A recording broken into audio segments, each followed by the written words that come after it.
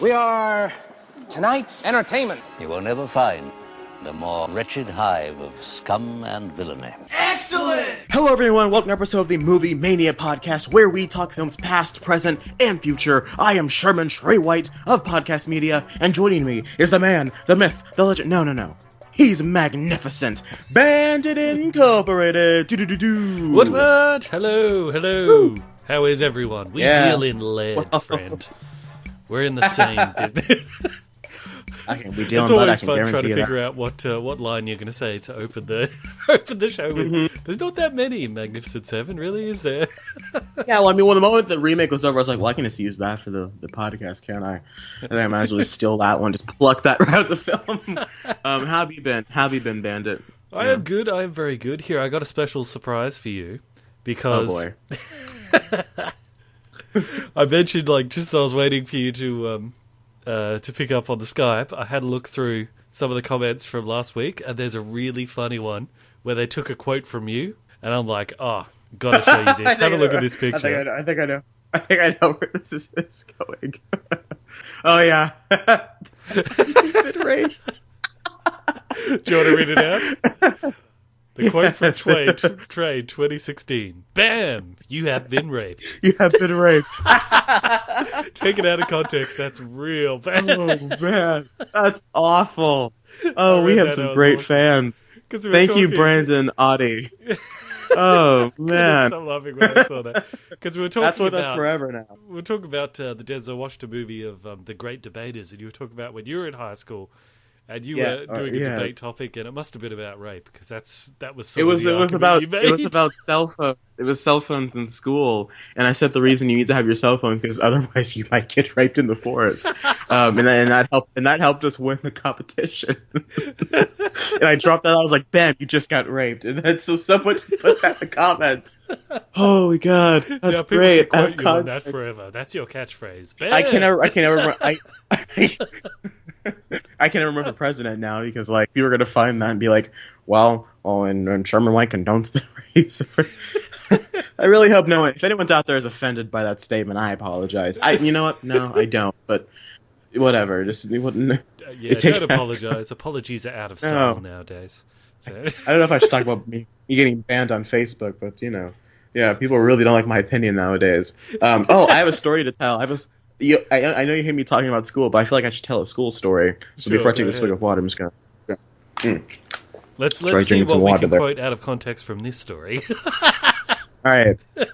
So I spat in some guy's face on Thursday. Oh. No, it was Thursday. Yeah, how's that? No, it was Wednesday. Purpose, or were you talking and spit flew? Yes. No, it was on purpose. It was on purpose. Wow. So Trey, you know, like in Indiana Jones, when the big guy's fighting Indiana Jones, and he's scouring on the ground trying to find something to do, and he throws some sand in the guy's face.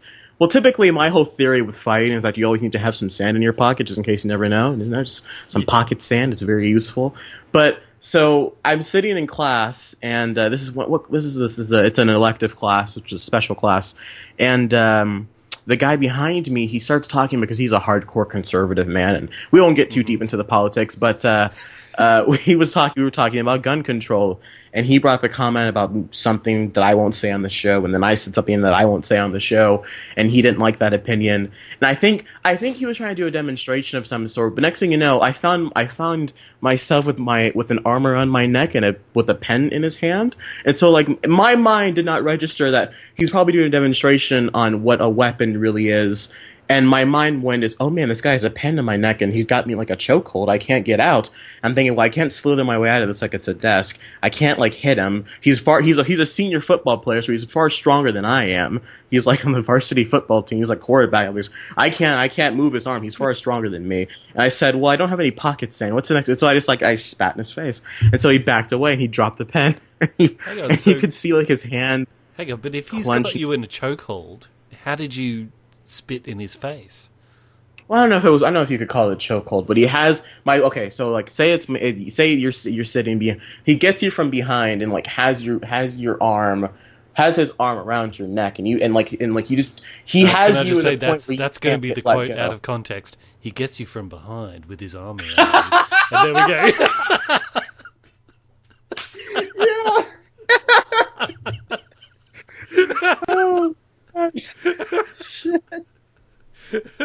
That's not very conservative. And then Spit got involved. He was confused over the whole thing. It went bonkers. No, so I spat in his face.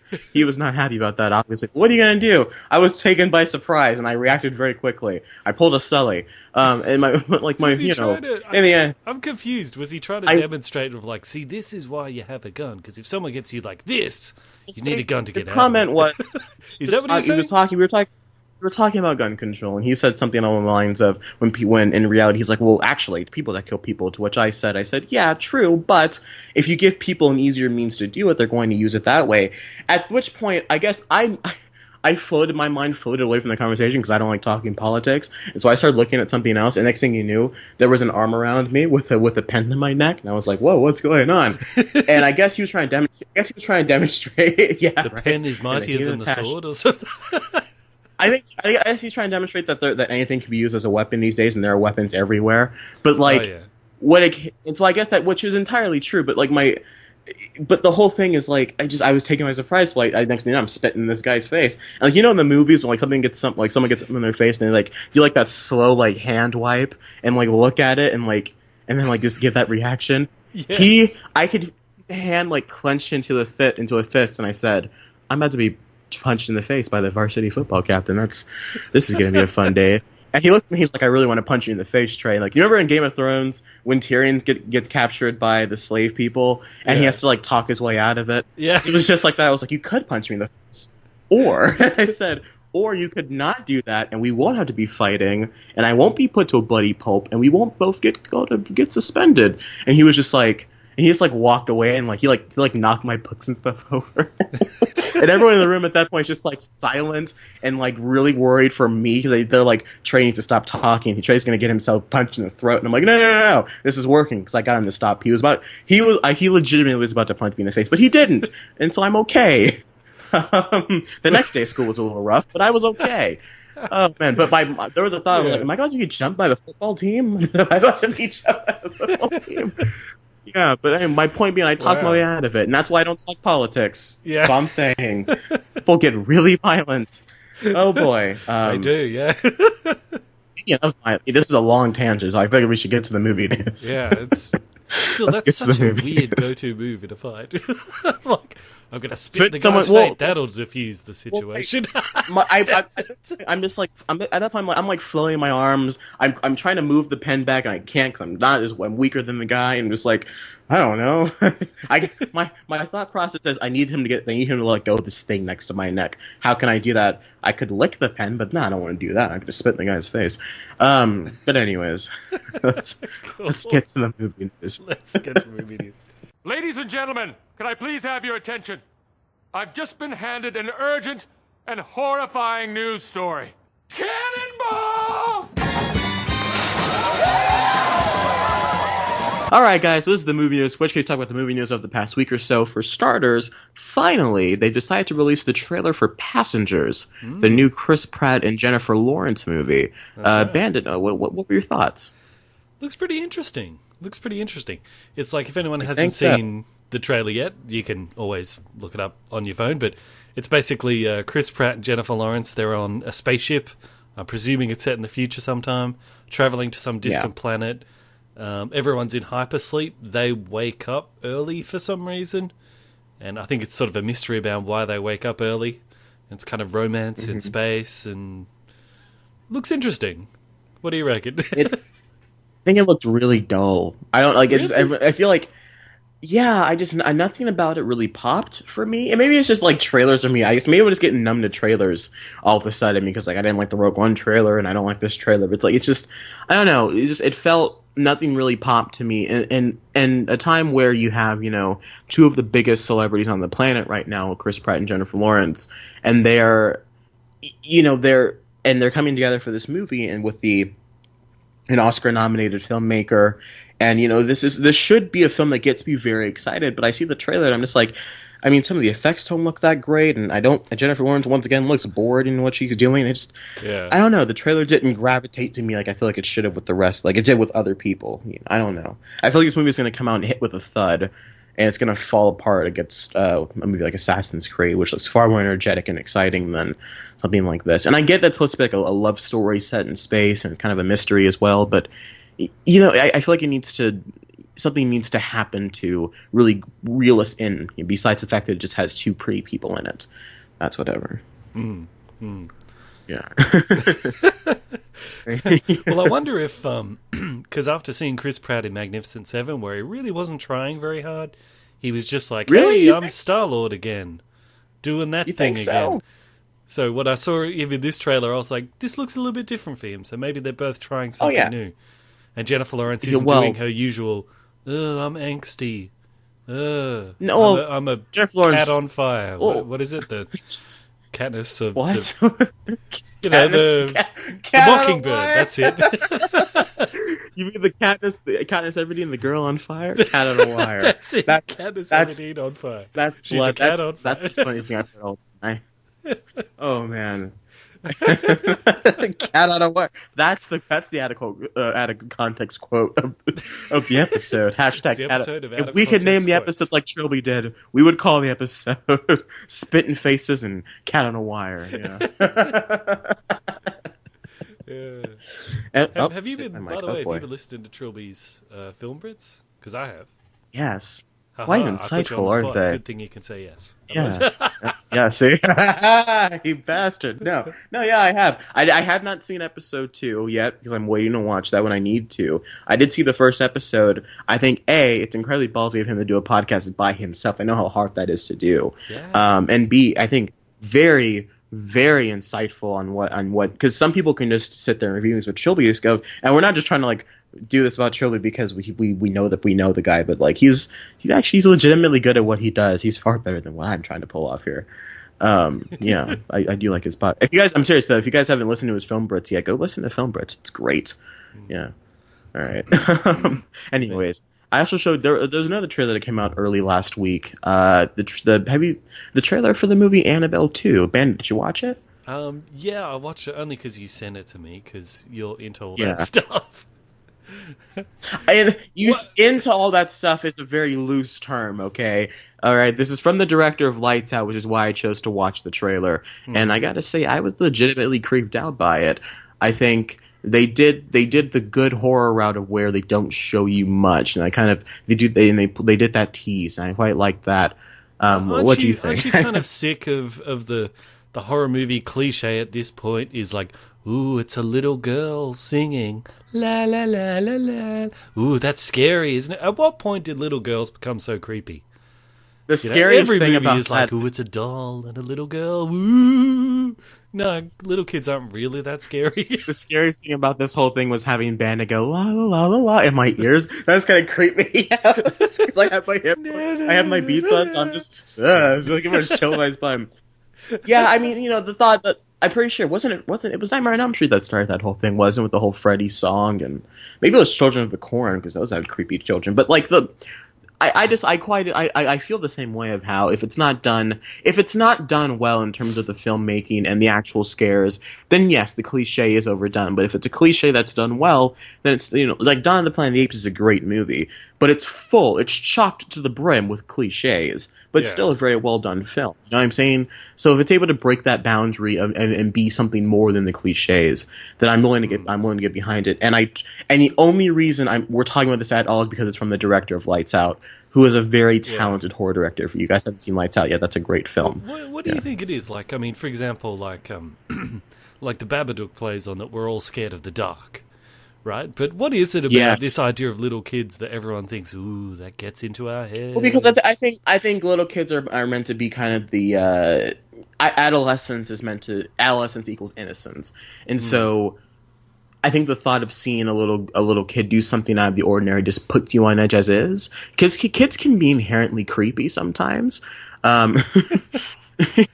Because I heard this story about how when my aunt was babysitting once, she heard the story. She was babysitting once and the kid, she put the kid to bed and like she cut off the light and then she started walking out of the room and the little kid went, wait, they don't like the dark. And and then suddenly, the like, and my aunt, her first reaction was to like bolt out the house because that's what you do if you're a real person. But and so kids can do things that are inherently creepy, and also kids are brutally honest people unless they're in trouble. Like you know what I'm saying? So like, kids don't have a filter, so when they do something out of the ordinary, you kind of know that something's wrong. And also, high-pitched noises are just inherently creepy. Hearing a deep guy go la la la la la is not as creepy as la la la la. I can't do a high-pitched voice, but you know what I'm saying. Maybe that's why Vincent Dinofrio's voice in Magnificent Seven was so scary, because he's this giant bear of a man, but he's like, I'm here because I gotta defend what's right, and he talks like that. That's creepy. Oh, don't you walk away from me. That's a good bit. Oh, okay. We'll get to that later, though. There's a... I'm gonna get you, my boy dog. Sorry, I saw a prank on YouTube where they set up this prank in the hotel room where, like, people... like, the elevator doors open to a hallway, and there's, like, this long hallway down of all the rooms, and they've put, like, blacked out the whole hallway and had like one spotlight, and they get this kid in this weird kind of gown and with like long hair like hanging down her face, just kind of stands there in the middle of it. It's like something out of The Shining. The doors open and there's just this kid, and they're all like, And how quickly do they hit the button or try to stare at it? Because I'll tell you what, I don't care if there's a kid in the hallway or or not. If I open it, but if the elevator door opens up and it's a non-lit hallway, like a dark hallway that never ends, I'm closing that elevator door real quick. I'm not even stepping out the elevator. Well, there's this one. I think the last one in the prank that I saw is like the cleaning lady, and she's like Mexican or something, and like the doors opened, and she just goes, ah! Ah! And she charges down the hall, like, at the kid. What? Oh, and, she's like, one of the those people people who run the prank, they're like in the rooms, like... Oops, sorry, my phone's gone off. I haven't heard that ringer in so long. But the people who run the prank, they have to jump out in front of the kid to, like, stop it from running through this kid. They're like, what are you doing? She's like, I'm about to sit. Look, I'm telling you, if you see it, like, I saw this one. Jesus Christ, Bandit, easy, steady on, Bandit. I'm gonna I saw this prank that involves a Conjuring 2, where these people like would walk down the hallway and then they'd see like a mirror on the wall, and like inside the mirror would like something scary would happen, and then like a person would appear next to them or whatever. And one person that prank happened to, like, I think he had like a glass bottle in his hand, and. So when the person appeared next to him, he like chucks this bottle at the person, just like shatters, and the person's just like, "Oh my god, I'm so sorry." I realize it's a prank. But I'm telling you, like, people react crazy when they're in danger, when they think they're in danger, i.e., spitting in someone's face. That's all I'm saying. That's all I'm saying. When your mind goes to a certain place of I am now in danger, I now need to protect myself, you do some crazy things. Yeah, I'm just saying. All right. What you think of the trailer itself, man? You weren't a fan of it. I'm actually. That's right. I'm actually we were talking about Annabelle too, weren't we? This podcast is nothing but a series of tangents. It's fine. Yeah. So what do you think? I don't know. It just looks like another one of those kind of movies. I know you're more into this stuff than me. What's your take on it? Well, I'm more into I'm in the good horror movies. Ouija, I'm not gonna go see Ouija, or I've seen the first Ouija, garbage. I'm not like if a horror movie looks like it's gonna be something different, it's gonna be something that's going to intrigue me. That's kind of why a movie like It Follows disappointed me so much, because I think the Babadook came out like 3 months before It Follows did, and I saw the Babadook first. And so you see something like It Follows, and you're just like, man, that's so boring and lame, and it's cool looking, and it's cool sounding, but it's not scary.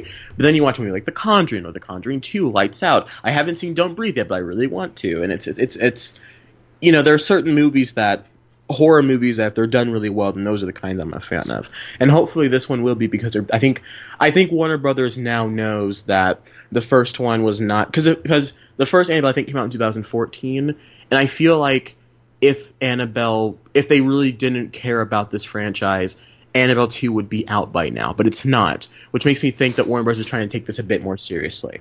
Anyways, that's just a theory I have. Anyway, yes. Did we talk about the Rogue One losing its cinematographer last week? We talked about that, didn't we? Yes, we did, yeah. Okay, just making sure. Okay, well, speaking of Star Wars, I was just making sure. I can't remember talking about that last week. Speaking of Star Wars, Han Solo, the Han Solo movie just added a cinematographer. That's just a small tidbit I wanted to throw in there. It's from the same cinematographer as. Have you seen Sicario? I think so. Yeah. That director, Denis Villeneuve, he's a French guy. He's doing the new Blade Runner. He also did Prisoners. That director has a new movie coming out this year called Arrival with Amy Adams and Jeremy Renner about the aliens. Have you looked into that yet? We talked about it like 3 weeks ago, and you said you have no idea what that was. No. Yeah. No. I can't remember. No. Okay. Anyways, my point is that cinematographer has now been added to the Han Solo movie. His name is Bradford Young. He also did Selma, that Martin Luther King movie that came out a couple of years ago. So yeah, that's just another adding more black people to Star Wars, just making me smile. Okay, that's just a small tip I wanted to throw in there. You mentioned that Alien. You mentioned an Alien movie. There's a movie out here in Australia right now where Australia gets invaded by aliens, and it's actually called Australians. Australians with alien Australian. Why does that? Why? Yeah, I'll watch it just for the name. The person on the poster looks like Alicia Malone. That's what I thought. I saw that. I was like, is that Alicia Malone? Friend of the show, Alicia Malone. Yeah, no, I saw that tweet you did. That was great. Australians. and with that, Bandit, let's get to the homework. This week, each one of you has a homework assignment. Your homework is to listen to some real music, get inspired. Is this your homework, Larry? Down with homework? Alright guys, this is the homework portion of the show in which we either went out and saw movies that we wanted to see and or assigned to see.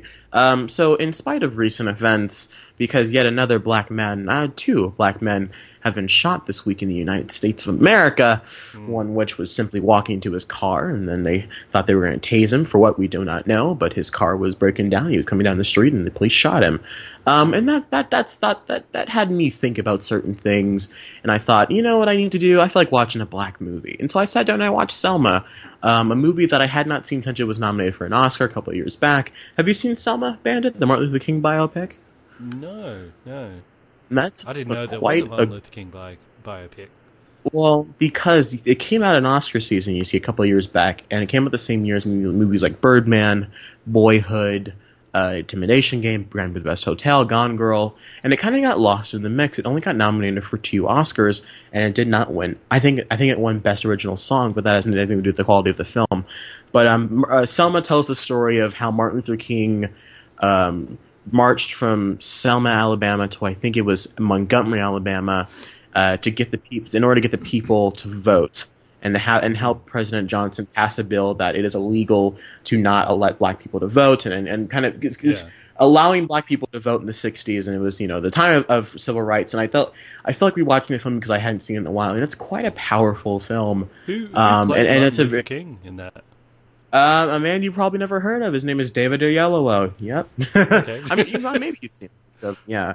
And he's and David Oyelowo does a great job. Was not nominated, but whatever. And he did a very, very good job playing Dr. King, and Oprah's in it as well. It's a very, very good film. I think it does the same work as a film like 12 Years a Slave or 42, where it's not the best film of the year it came out in, but it's a film I think everybody kind of needs to see.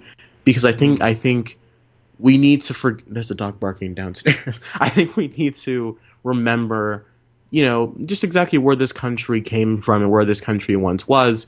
And it's important to know that nowadays people always say something as simple as, "Oh, racism's not a thing anymore," and people need to remember that how bad things can get. People need to keep in mind of what our history once was, not even 100 years ago. And I think Selma it's a great film. I think everyone probably should watch it, even if you're not. Even times people are just like, "Well, I can't watch movies like that. It makes me sad." I'm like, "Well, good. It should make you sad. It's a very sad time in our country." But anyways, I just wanted to briefly touch on that. That was a very good film. I think everyone needs to check it out. You know what I heard? Selma. It's funny you mentioned that because I heard the other day. Wasn't Martin Luther King a Republican? Yeah. I mean, honestly, I don't know. I do know he was a preacher. So to tell you what, he was a hardcore religious man.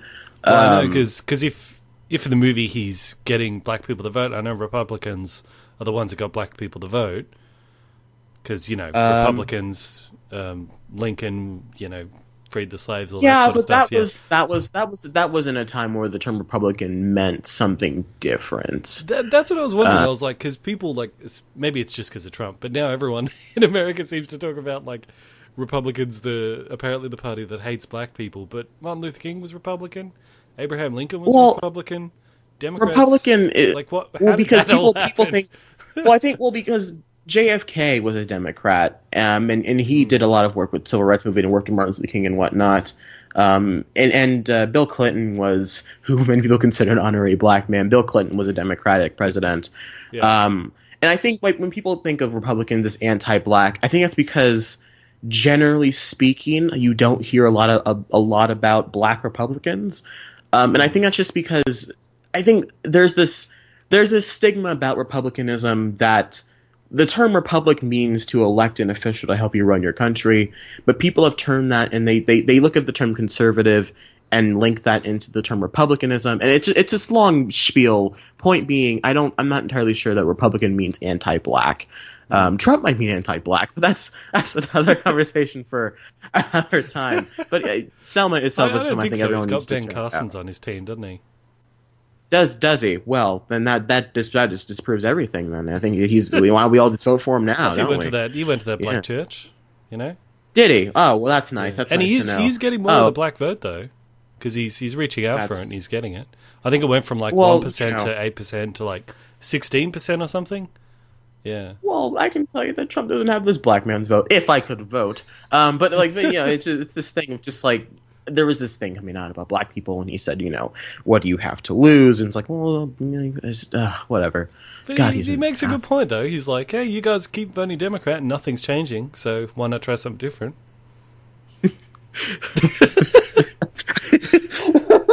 Why do I even care? I'm not even American. I don't know. Australian politics is just so boring. Now.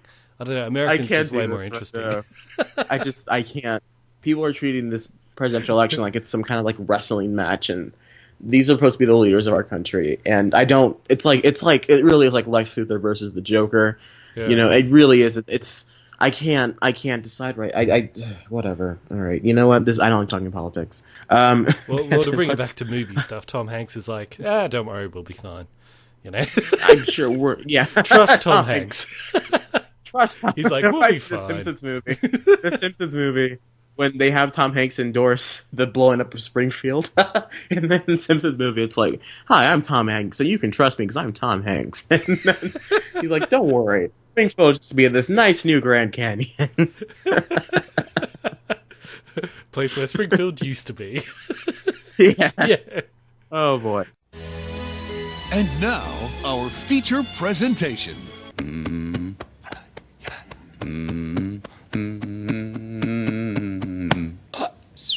All right, guys, this is the feature presentation, in which we talk about whatever it is we're talking about. Bandit, Magnificent Seven. I didn't have a lead into it this week, like I usually do. I just said, let's just jump into it. What issue? So here's how is this going to work? So, how do you want this to work? Our talk about Magnificent Seven today. Should we talk about the remake and then spoilers? Or? Well, I know because you saw the other three. And I know you saw the other two. Do you want to incorporate the comparisons between the originals and the remake, I was just asking how you wanted to do things. I guess I can just work it in as we talk about Magnificent Seven. But it's been a while since we've actually really sort of done a proper movie like this, isn't it? Yeah, absolutely. Typically, I kind of want. That's just what I expected Harry Potter to be. But it turns out that it became like a 5-year-old watching Star Wars, where it's just hundreds of questions that need answers. So have you seen the video of that dad showing his son Star Wars? He's like, "Dad, who's that? Wait, Dad, what is it? Wait, Dad, wait, hold on." It's like question counter, by then it was 300 questions. Good lord, that's why I don't want to have children. Okay, so yeah, let's go. We're gonna go non-spoilers, then we'll go full spoilers. We will clearly say when we're doing full spoilers, because I know even though we have that Death Star side, people still get mad if we spoiled something. Yeah.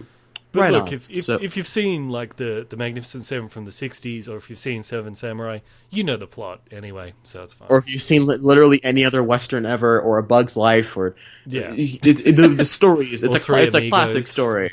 Yeah. Exactly. But we could give spoilers when we're saying who lives and who dies. Because there's some surprises there, so we'll be careful about that. Absolutely.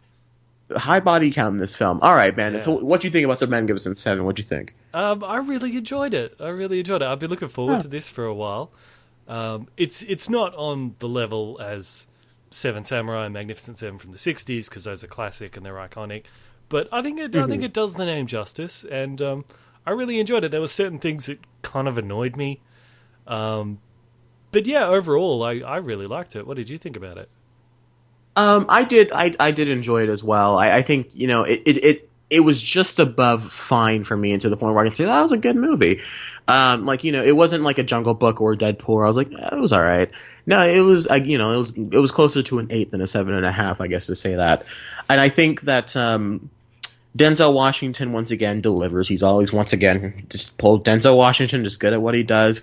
The person that really surprised me in the film was Ethan Hawke. I thought he really provided, in terms of the actual film, he was the one I feel that really brought something to it. I feel like everyone else was either just kind of being a character or just kind of being themselves.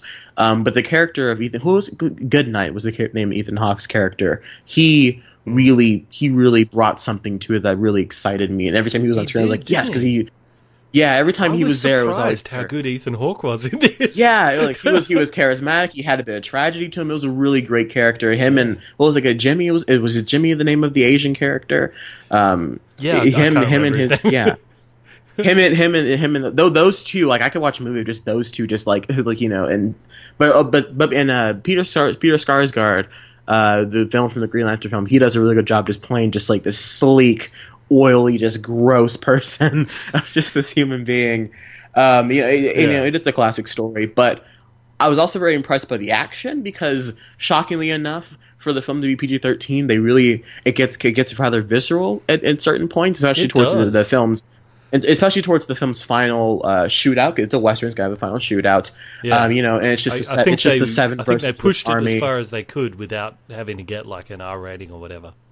Yeah, like I feel like PG-13 movies. We said this back when X-Men came out. PG-13 movies are starting to get a bit more violent, which makes me so excited because you can show more blood now, apparently. And because sometimes people get shot and you see like their blood just go like a red mist behind them. It's like, oh hey, that's different.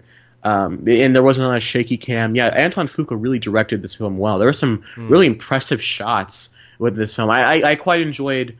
I enjoyed the team aspect of it. I did also have some problems with it, but overall, I did quite enjoy it as well. Yeah, and everybody nobody looked like Hollywood handsome. Everybody looked like they're in the West. They're sweaty. They're dirty. Yeah.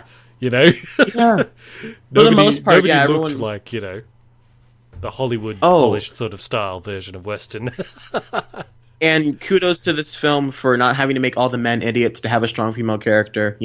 Kudos for the movie just to have because never once, and you think it's gonna be a Western, but never once in the film does anyone make a comment about how are you gonna do this because you're a woman. No, she's just there and she just does things. And just like 10 Cloverfield Lane, well done movie. That's all I'm gonna say about that. Yeah, and I'm really glad the gunfighting was really awesome. Which obviously, in a Western, if you get that wrong, you can basically pack in the movie. You have to have good gunfighting. And I liked the sort of the different sounds they had for the different guns. I don't know if you noticed, but everyone's guns made slightly different sounds and everything. Yes. It was really good. Yeah, I really liked it. Billy was the Asian guy's name. Billy, yeah. Billy, right? Yeah. I mentioned this in my review. I was like, I wonder if they put him in there kind of also as a nod to Seven Samurai, because I think they do actually say he's not Chinese, he's Japanese, because I think at the time there was the Chinese railroad workers, but they did specifically say he's Japanese, so I thought maybe he's supposed to represent for Seven Samurai. Yeah, I just have a little nod to it. And I do like the fact, he was the skilled guy with the knives, but that doesn't mean he couldn't resort to using a gun sometimes. I think there's a bit where during the shootout where he's stabbing people, and then it's he just realizes he doesn't have a knife, so he pulls out a gun and starts emptying his clip into somebody. I'm like, that's great. Yeah, like I said, very violent film as well. And at the same time, for a film that you think was just going to be this kind of pulpy action film, it goes certain places that you wouldn't think a film like this would go. And I think that's where Antoine Fuqua came in as a filmmaker because, he did Training Day, The Equalizer, darker, grittier films. And so I think he applied those sensibilities to making this film to what should be just a cheesy Western has suddenly become a more heartfelt and a more violent kind of film.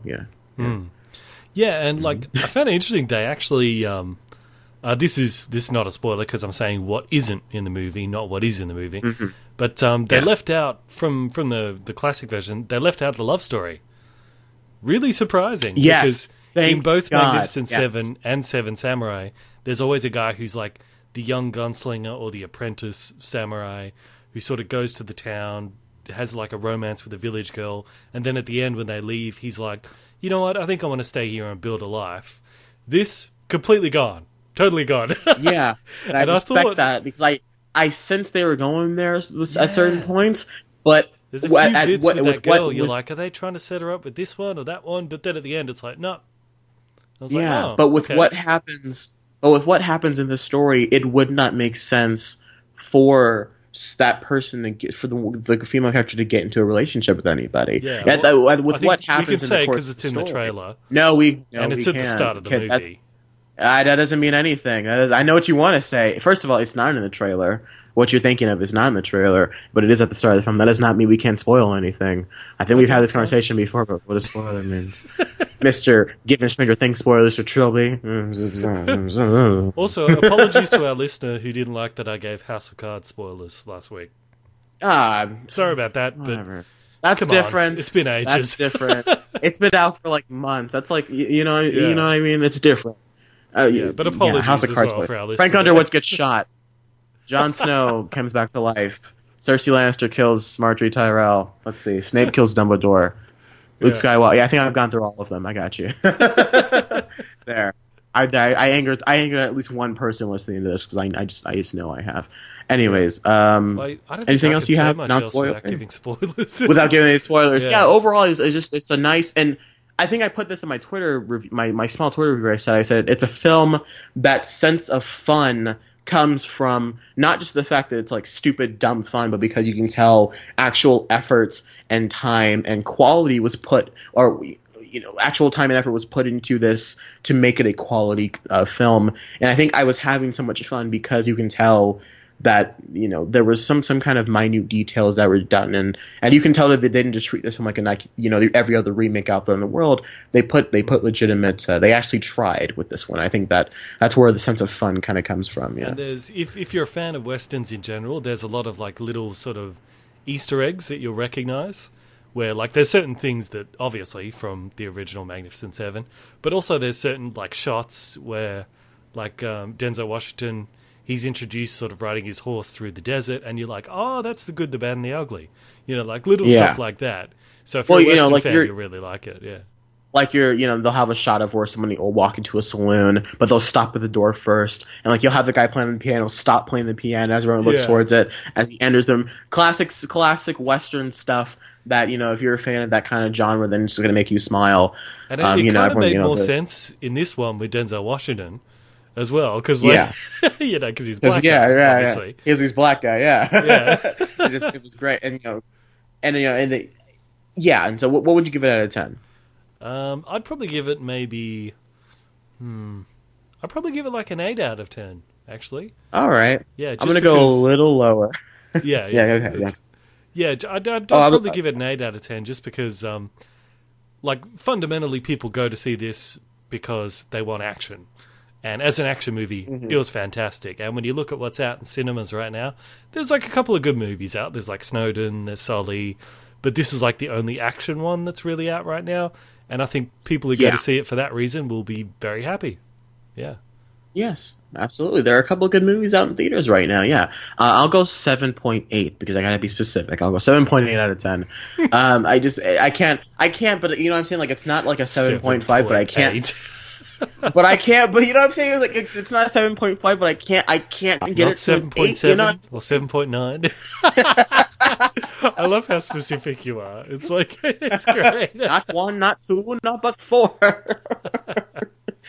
Oh man, it's so specific. That's just because like it's somewhere. I put it right in the middle between 7.5 and 8, because I can't get it to 8 yet because it's not. I can't quite give it 8 out of 10. You know what I'm saying? It's still 3.5 stars or whatever. But yeah, I did enjoy. That was Magnificent Seven. Full spoilers. Spoilers.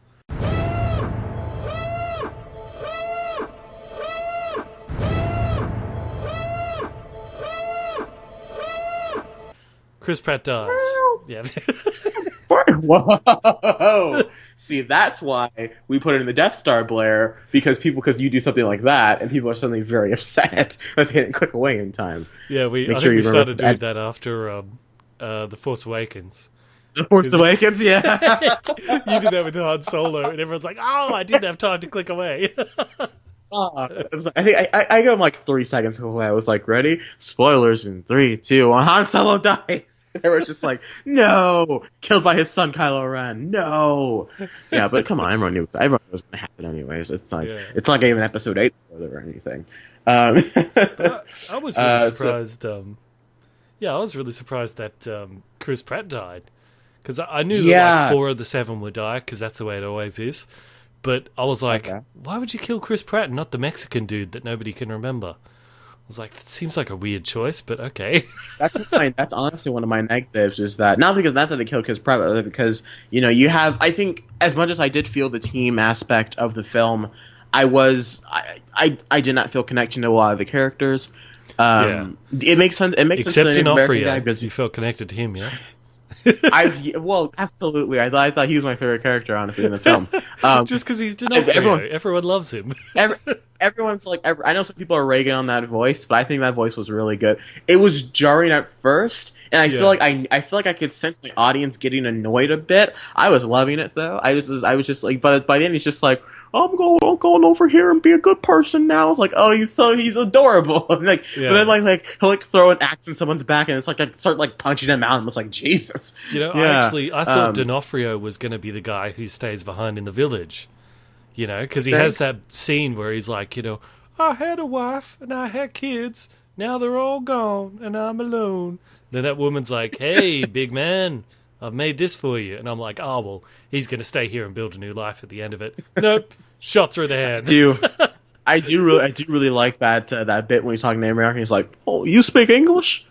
Chloe, come back over. I'm not done talking to you. And then the whole theater just like erupted in laughter. That was great. I wonder if that. I feel like that was improvised. I feel like that wasn't something written into the script. I feel like that was just Dinofrio being Dinofrio. I wonder if Chris Pratt died because maybe Chris Pratt's like, hey, I want to die. Do you reckon it was written that way, or maybe it was supposed to be the Mexican dude doing that, or? I don't know if they wrote it with Chris Pratt in mind. I'm not sure they did, 'cause I know they brought on Anton Fuqua direct a couple of years ago, and that was just when Chris Pratt was getting to be big. So I'm not sure if they wrote the movie with Chris Pratt in mind. I'd like to imagine. I do like how they killed him off, because I legitimately thought I was about to be very upset because he's running towards the Gatling gun, and you think, oh, he's gonna avoid the bullets, or his horse is gonna get shot, and he's gonna be able to take out the bad guy in some weird BS. But no, they straight up they shoot him down, and it's great. And you think, oh man, but no, like he gets like gunned down, and you see him get gunned down, and it's like, and you think, oh man, he's dead, and then like, oh, but he's a dynamite, and then he blows up. It's like, wow, they went there. And then when Ethan Hawke and Billy gets shot, that was. Ethan Hawke, he got overkilled. He got shot, and he went through the rail, and he fell down. And yeah. Oh, man, yeah. They killed the Did you think... I kind of thought they were going to kill Denzel, too. I thought they were kind of just going to, like, go there. Because, at the end, when he's got, what's his name, Bogue? When he's got Bogue in the chokehold or whatever, and he's like, go on, say it. And you hear him get the gun, it's like, oh, man, they're going to pull a Breaking Bad and just take him out, and...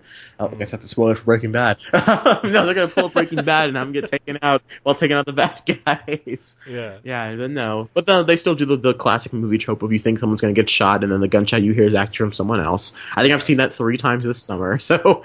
Yeah, I was expecting her to be there, because I was like, oh, this is going to be the bit where she gets to kill the bad guy.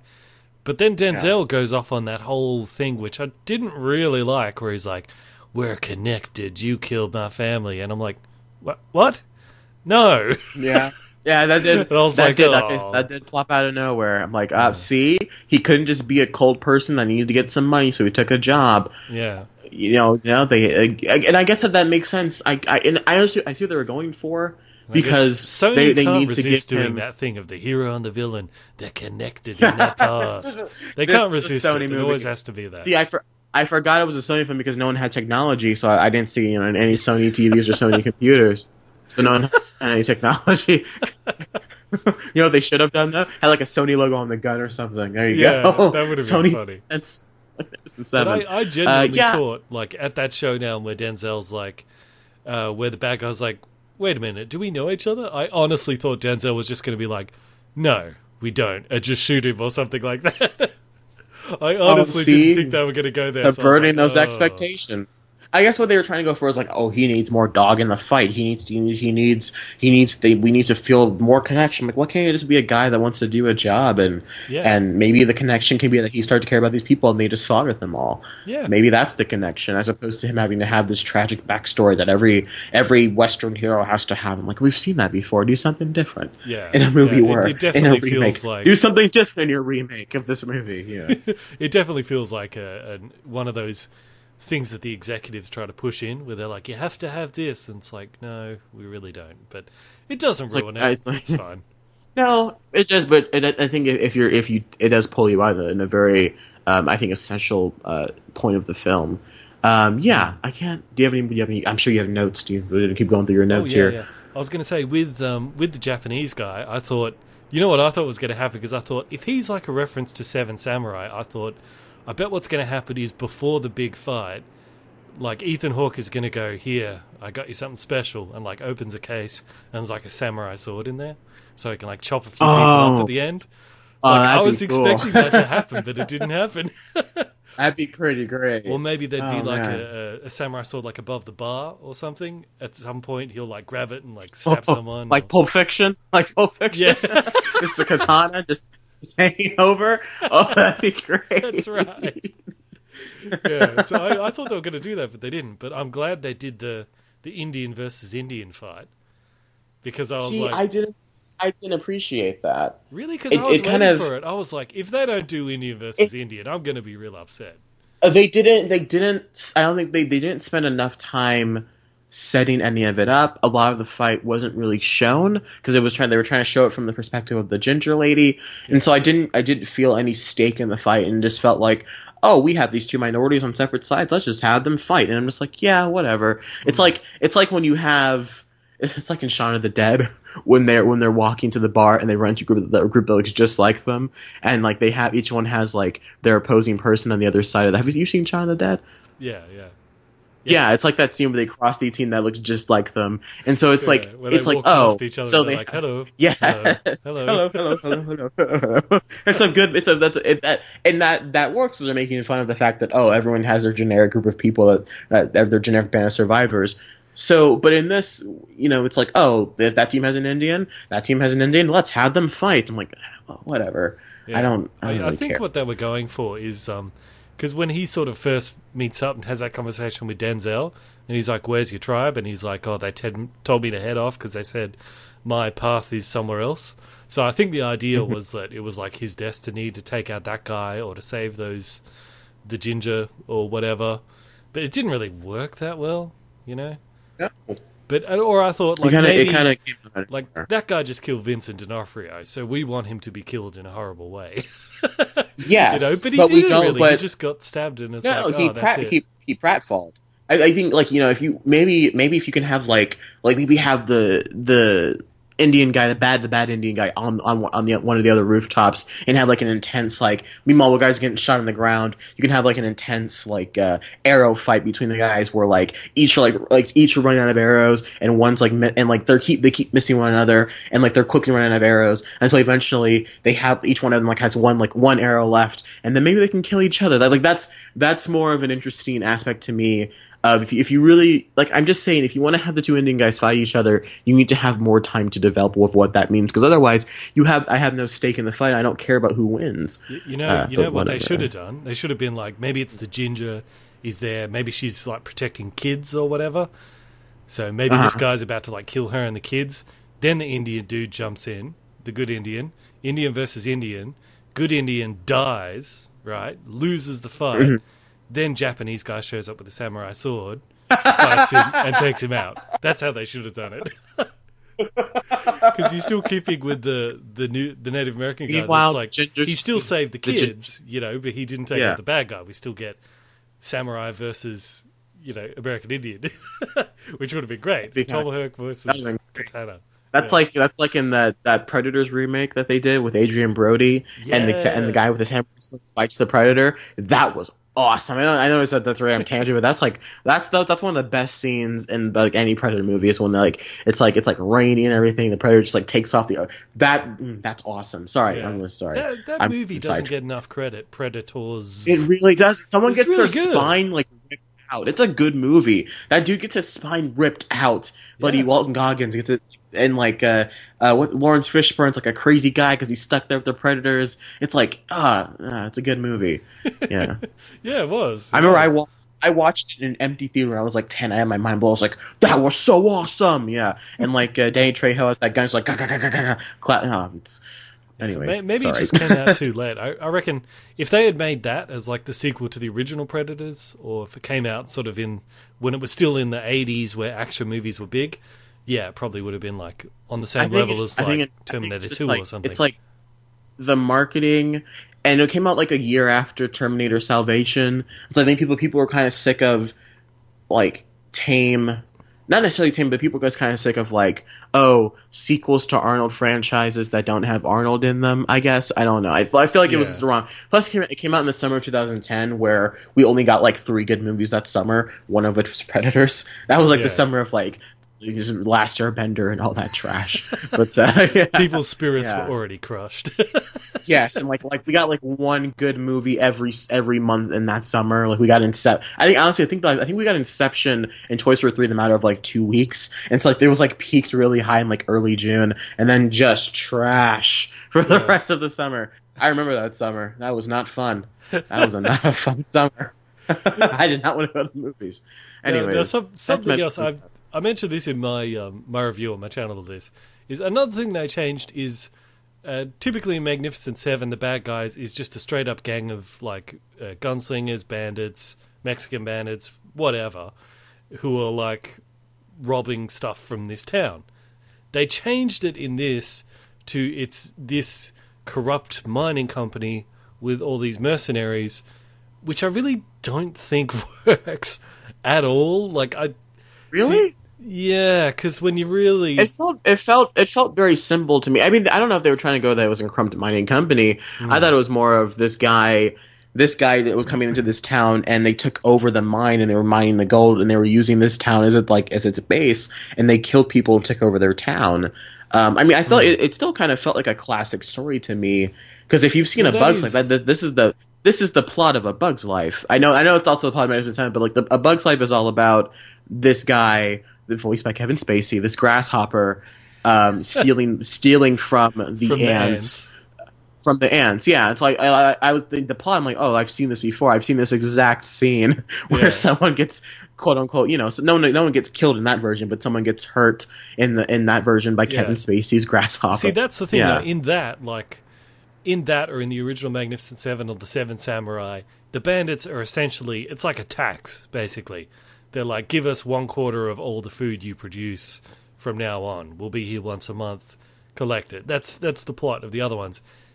This one, changing it to the mining company doesn't work, because I was like, it is kind of a Western thing, but normally when they have the evil company destroying a town, it's usually the railroad, because it's like the railroad wants you off this land so they can build the railroad through it. That's in so many different Westerns, that storyline. The evil railroad. I don't know where maybe I wasn't watching the movie properly, because I didn't hear much about a mining company. I thought it was just they came into the town wanting to access the mine for stuff. I didn't know it was an actual whole company. What it is, see, I said this in mine because it's like, well, at the start he's like, he goes in the church and he's like, I'll buy all your land for $20 each, and they're like, what? Our land's not that, and he's like, well, you'll sell or I'll kill you all. But then I'm like, yeah, hang on a minute. I'm like, he runs the mine. The mine's up in the hills. The village is down on that's right, he does. the valley floor. I'm like, the village in no way is interfering with his running of the mine, so I don't know why he wants the land. He says himself it's just dust, it's not worth it. There's no Bandit. And then Bandit. I was like, Bandit, have you ever considered that maybe he's just a douche? He just wants to be a douche. And I was thinking, and I thought, okay, maybe he just wants the land for a reason. But then when they shoot a bunch of people in the town, I was like, hang on a minute. I was like, if you can shoot people and get away with it, then why are you even bothering to offer them money to buy their lands? Just kill them and take it, which he eventually does try to do. But then I was thinking again later, I was like, hang on, if you have a mine, I was like, if you're running a gold mine in the hill, wouldn't you like that there's a town nearby? Wouldn't that be a good thing? Because then all your workers can go down to the saloon and have a drink at the end of the day. You know, you're close. You got workers there if you need. Like, that's a good thing. That's what happens in real life when there's a mine. Look, a maybe town I missed something. I was like, this guy's not a very good businessman. Maybe I missed something because I went pee about halfway through. So I went pee and I went and got a refill about halfway through. Maybe I missed something. I'll tell you what, though. Speaking of another tangent, so I'm watching the movie, right? Actually, before the movie even starts, this couple. Just one last thing I want to say Sorry. before we move on. Yeah. I was just go ahead. I was like, yeah, so I think they probably should have just kept it being a band of like outlaws pillaging the town. Much simpler, much easier, makes a lot more sense. But I couldn't help but laughing though, because he actually has the line.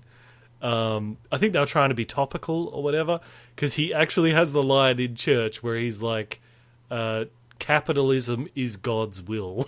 I remember that. Oh yeah, that's right. I thought this is hilarious because when you look at it shows the difference in like the original like 1960s Magnificent Seven is all these white gunslingers head south of the border into Mexico to protect this Mexican village against Mexican bandits. This remake in 2016 is a group of multi-ethnic gunslingers protect this town against the evil white businessman who loves capitalism. And I'm like, it really speaks to the changing culture today. Yeah. So maybe that's the reason they made him like an evil white businessman, because they're like, this is topical, yeah.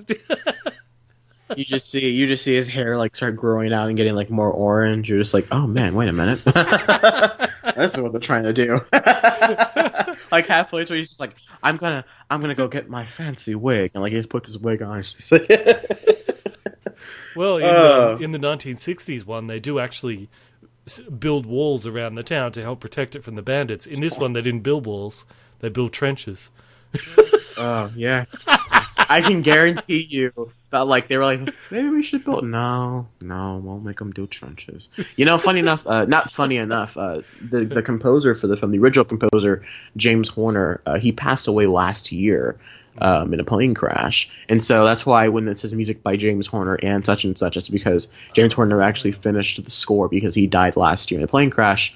So yeah, that's just the thing I thought I'd throw out there. I thought if we didn't say something, they did. Yeah. Yeah, they did have his classic score at the end of the movie. I don't know if they had it throughout it. But oh, good. I'm glad he got one last sort of hurrah. Yeah, which is crazy. You think like, you know, Titanic and whatnot, Avatar. You know, he's done all those movies, Matt Last and the Mohicans, and then he's plane crash. Anyways. Speaking of plane crash, speaking of a tragic event, I got stuck next to this couple in during the movie, and you know my opinion on idiots in movie theaters, but like so I'm trying to watch the movie. Did you spit in their face? And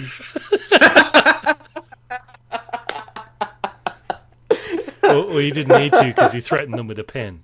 There you go.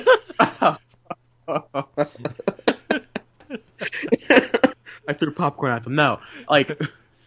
I think the movie wasn't starting. It was like after the previews, but before the logos start. Like at that moment of like, welcome to blah blah blah theaters. Please make sure to do such and such with your cell phones. and the guy next to me, it's this older Hispanic man and his Hispanic wife, and they're having a conversation. I think from what I remember, their son was dating some girl they weren't a fan of, and they decided to have a conversation about it in the middle of the theater during the movie. And like it was not enough so I could get the details too, which is awful. I'm trying to ignore these people here. And then they just kind of start talking, and they keep going, and it's like, oh my god! And then during the opening trailers, it was they were having this is right before the movie start, like right before the logos of the movie start, and so I'm keeping my cool. I'm like, it's fine, maybe they'll stop. 5 minutes into the movie, and I go from hearing conversation between these two to a white light. The guy's got his phone out. And then he's sending a text message. He's sending text me. He's like, hold on, I got text him about this girl. And he starts texting the guy. He starts texting people, and he puts his phone away. And then you hear, ba-bling! His phone's not even silenced, Bandit. The phone goes off. He puts up the phone, texts again, and I hear, okay, I'll turn it off. And I look at him. I said, thank you, sir. And he's like, what'd you say to me, boy? And I was like, what'd you say to me? It was this man was. I almost banned it. I was very close. I would not be here today if I didn't act calmly. That's all I'm saying. And then these morons have the audacity to do my least favorite thing about being in a movie, think that they're in their bloody living room, and they feel like they need to comment on every single thing that happens in the movie, Bandit. Every single thing. It's like, got killed by the Indian. Like, no kidding. I'm glad you were there, sir, to let me know exactly what happened in the film 30 goddamn seconds ago. I'm so happy that you were here to inform me, because clearly I was not paying attention. Thank you for being so useful throughout the entire freaking movie. Thank you very much. You were very nice to thank you. Holy Jesus. Oh my god. And then the movie's over, and he has the balls to say, no, I wasn't a fan. I'm like, you, sir, can go. I can't say what I want to say. I won't say it. I won't say it. I don't know why you always have these experiences in the movies. Maybe I don't know why either. Maybe it's just because I get to go to the movies at times where it's usually not as crowded, so I don't have to sit near people like that. Or if they are like that, I can just move to another seat. But I sit where all the idiots don't sit. This theater wasn't even crowded. I sit in the lower left-hand corner of the theater near the exit because I don't want to sit in the top middle next to the idiots. That's where all the idiots sit. And today, it's weird because like the theater wasn't full. There were like maybe 20 people in the theater. Anyways, that's that. That's what, God. People suck. God. Well, you could have just turned around to them and used your line of like, "Bam! You just got raped," or something like that. that would have just weirded them out so much that they just move on their own. He was sitting right, and they would have told somebody that I would have got kicked out of the theater. They were sitting right next. They were sitting right next to me. Man, God, people. Okay, you have a real love-hate relationship with the movies. I love the cinema, and I'll forever love the cinema. But my God, if people are not some idiots, that's why I'm so happy. I think when I went and saw Civil War, we all just kind of. I guess that's what people feel during the opening night of a Star Wars movie. I guess this is how people must feel. They're just like, God, I'm trying to watch my Star Wars movie. People keep cheering and clapping every 5 seconds. I'm like, well, it's a Star Wars movie. What do you expect? There was a reviewer that said that during the review. He's like, I would have loved the movie. People weren't clapping every time Leia showed up. I'm like, it's Star Wars. What do you mean? But anyways, that's people at the movies. Anyway, you have any more notes, Bandit? Not really important. The only other thing I've got is they didn't have an old man character. In every other version of this, there's always an old wise man in the village. Oh, okay. That's the only other thing I've got written down. We sort of covered everything else. But yeah, really good movie. Really good. Well, the next best thing was Vincent Dinofrio, Yeah. I'll be your old wise man.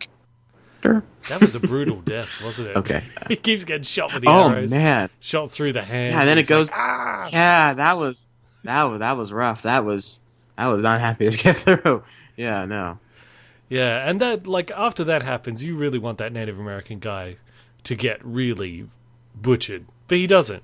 He just gets stabbed and falls through a table. He didn't even get scalped. He should have been scalped. Come on. All right, Brad Pitt. All right, All right, Brad Pitt. Calm down. All right, steady on. And I want them scalps. Well, Denzel Washington had the throat scar that Brad Pitt has in that movie too. He just starts like drawing a swastika on everyone's face. It's just my masterpiece. All right, Bandit. Let's get to listener questions.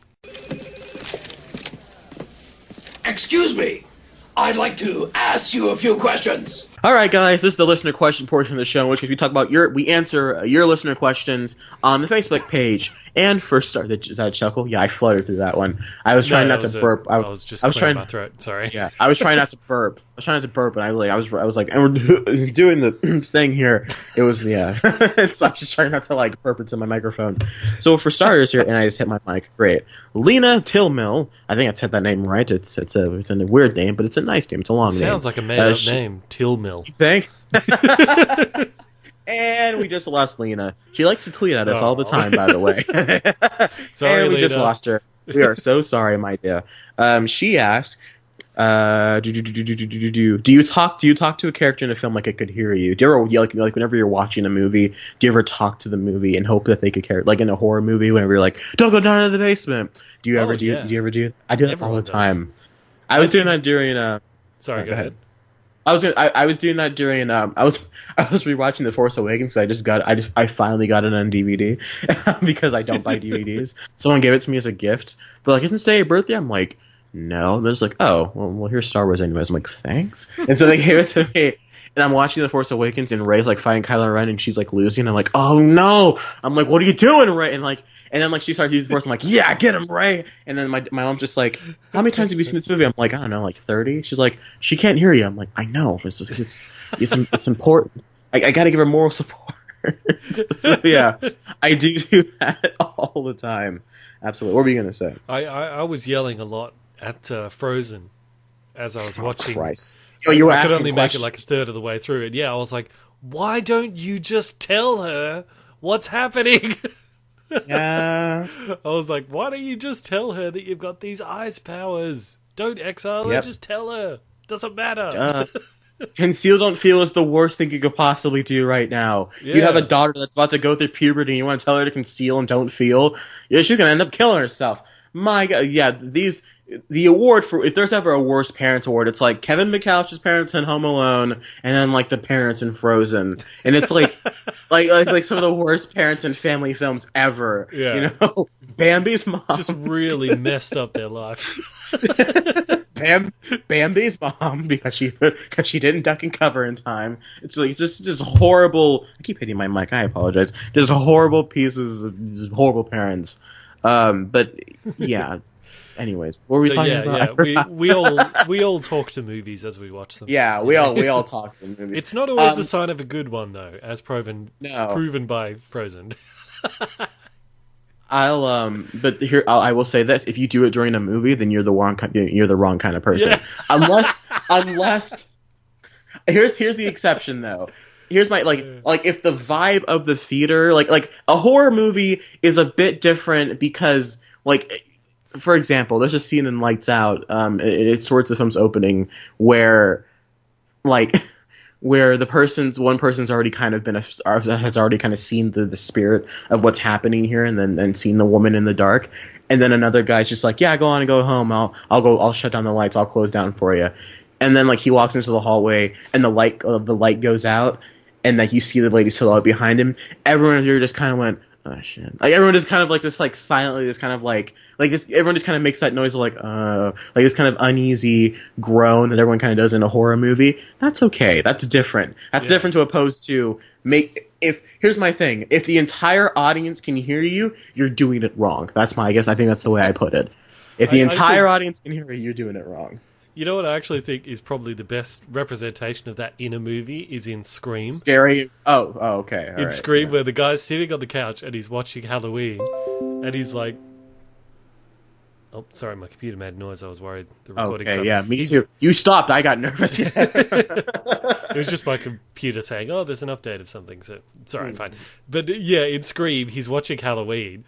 and he's like, "Look behind you, the killer." Oh, there he is. And then as he's sitting on the couch, the Scream killer walks in right behind him. So he's saying to the guy on the TV, "Behind you, turn around, behind you." And the guy's behind him. But then they add like another level to it where there's a secret camera in the house that reporters are watching.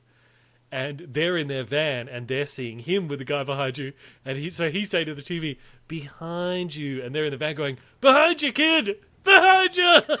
That's great. I forget how. That's like good. 5 levels That's good. of people It's like just like these like levels of like meta-ness. That reminds me of in Scary Movie, the parody of Scream, when the black chick's in the theater and like she's like talking to the movie really loudly, and everyone just like gets out and starts stabbing her herself. This is for talking through The Fugitive and all the Jackie Chan movies. Oh man. See, that's what I want to do sometimes. Like that. See, every time, like, yeah, I'm trying to watch like Kubo and the Two Strings. It's a really intense bit, and then your phone's out. And it's like, you know what? Someone get me my katana. I'm gonna pull a Billy over here and just I'm gonna put Bruce Willis in Pulp Fiction. Just handle this. Handle this. I love the bit in that though as well, where she's like up on the stage going, and they're all throwing the popcorn at it, and then she collapses, and they all just go, and they all just sit down again and watch the movie. That's a good movie. Totally You don't forget how funny, like, whenever the killer's in the house and he's like, "Do you see me now?" And you see his feet kicking behind the couch. It's like, yeah, I can see it behind the couch. He's like, what? He's like kicking his feet like a little girl. Like he's like, he has to turn around. He's like, "No peeking." He like tries to go underneath the rug. Oh man, that's a funny movie. I quite enjoy that film. Yeah. Maybe that's why I don't like Scream because I love that movie so much. Anyways, that's like the movie makes fun of Scream, which is insane. Anyways, Another question. Do you have a question on Facebook? What was that? Sorry, there was a giant bang on my ceiling. I'm like, oh, what was that? I forgot that I'm not on the 3rd floor. I'm on the 2nd floor, so it's probably my upstairs neighbors. Sorry, I got a little concerned Aaron there. McKellar says, who's the strongest DC character? So instantly your thought goes to Superman, but that's not exactly the case. I mean, if we're counting villains, you'd have to have like Galactus or something, who like eats, or Imperiex, who eats entire universes. Like he'd have to be the strongest. I'm trying to stop you. You said Galactus? I'm sorry. Galactus is in the Marvel. Yeah, I got that wrong, didn't I? I'm sorry. That's a cardinal sin. That's your nerd cred just gone. You have to change your channel bio now. No. You know what? I got him confused. As because he was the Parallax? I got the fog monster Galactus from Fantastic Four confused with fog monster Parallax in Green Lantern. See the two different fog monsters. I got them confused. That's why the two poo clouds, as John Schnapp calls them, the two poo clouds confused. Yeah. I'm like, no, that was the other bad movie. Yes, yeah, that was the other weird CGI perfectly looking thing. So let's say strongest DC character. Let's keep it to humans, and let's say only the ones on Earth. Okay. Do you really reckon Superman is the strongest? If we're keeping it to, yeah, I mean, strongest in terms of like Wonder Woman could probably beat him hand to hand. That doesn't mean she's not the. That doesn't seem that she's not the strongest. Batman can beat the Hulk hand to hand, but he's not stronger than the Hulk. You know what I'm saying? It's like, just because one can beat the other doesn't make them stronger. Superman Superman, he could lift what was it? 400 quintillion tons, something like that. You're thinking of the Hulk there. So see, now you've done it. No. I know. In Superman, in All-Star Superman, I remember they're testing out because he's dying, and so he's able to lift more. Yeah, you did it again. Yeah, I did it again while I was trying to get you. My numbers are off, but he could lift like over a quintillion. He could lift quintillions of tons. That's a lot of pounds. So and plus pre-70 Superman could like sneeze and blow up a planet. So I don't know what to tell you. So Martian Manhunter has comparable powers and then some of all the different stuff. Only his weakness is fire, both physically and psychologically. But Martian Manhunter, like, if he didn't have that weakness, he would squash Superman. Also, because he's been alive much longer and all this sort of stuff. But I'm just so mad if I was John Johns, because I'm like, I can't, because you could never do anything wrong because everyone knows exactly what to do to stop you. Yeah. It's like Batman, in that comic in Grant Morrison's JLA, the moment Batman realizes that they're all white Martians, he's like, oh, well, duh. And he just goes and grabs some fire, and then takes them all down so easily. Anyways, what were you going to say?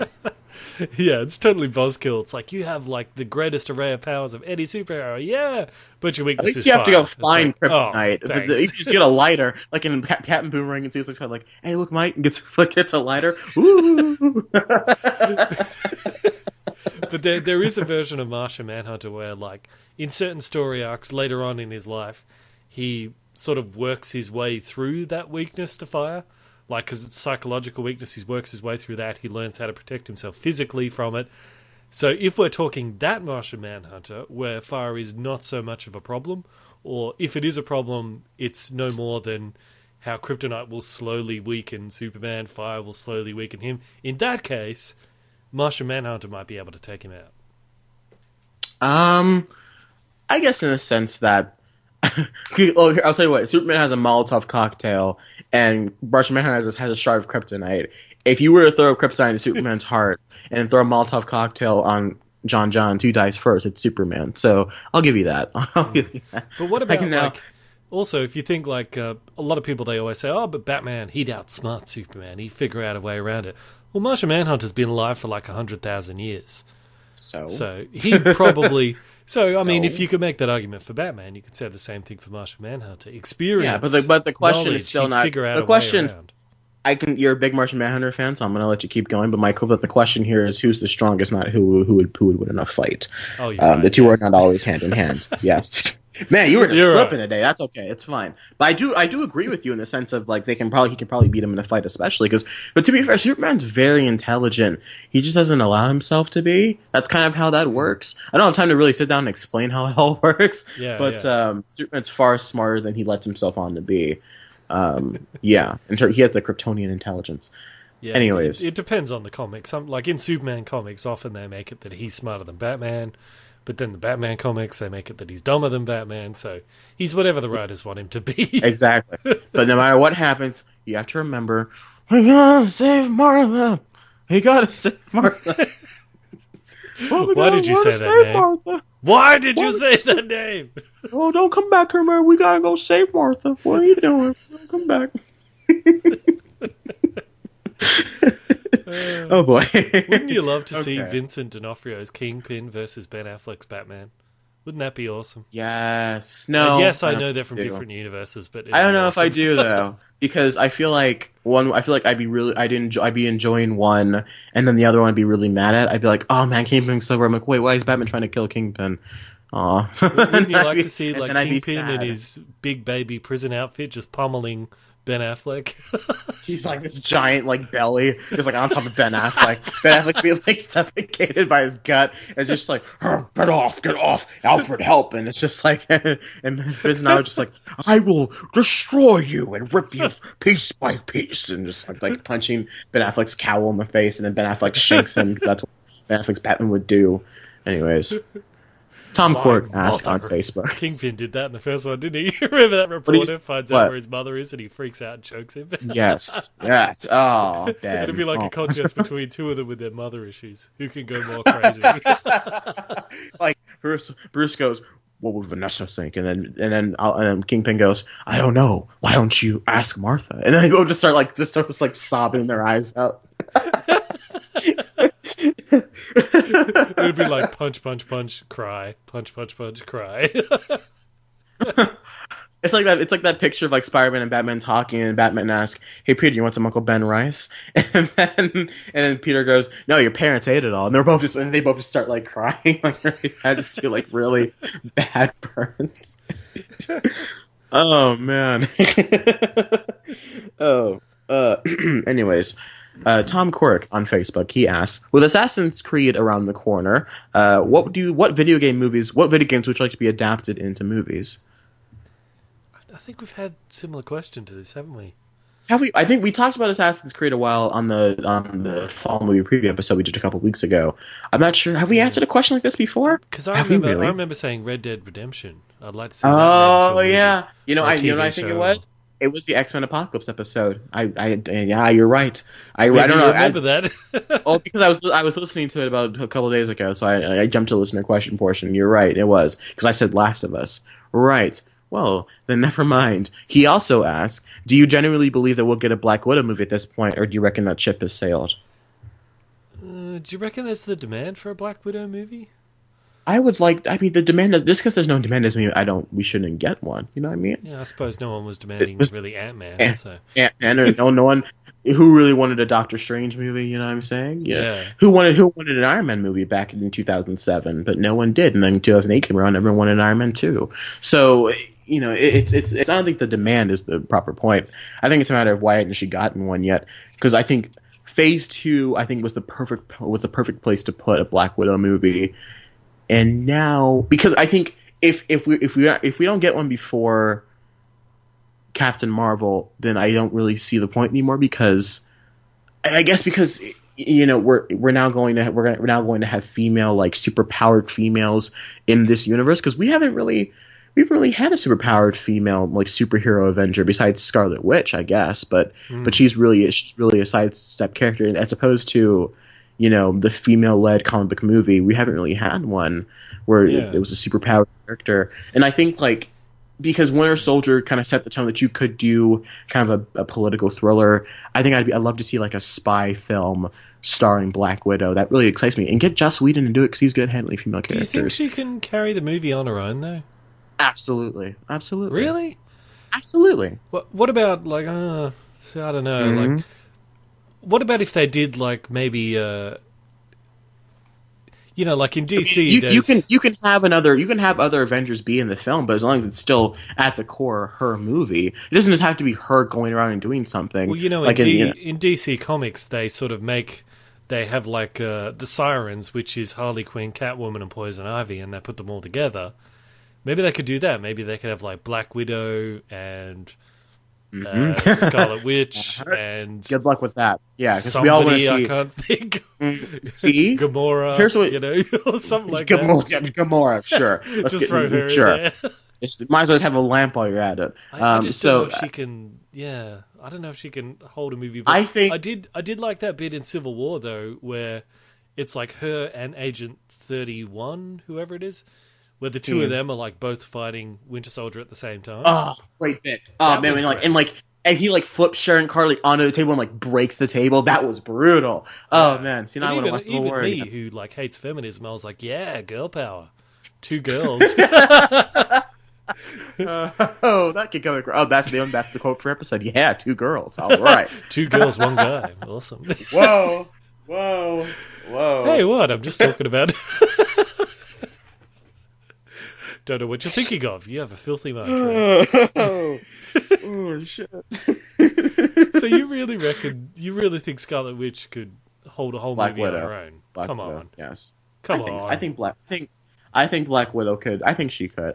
Just for it to be a Black Widow movie doesn't mean that you can have other Avengers pop in it. Like, you could have a plot. Maybe the plot line is that Captain America's gone missing or something. I don't know. Or you can have Hawkeye show up. I think it's prime time. I've been wanting Black Widow to have her own movie for a long time. She still hasn't gotten one, which is a shame.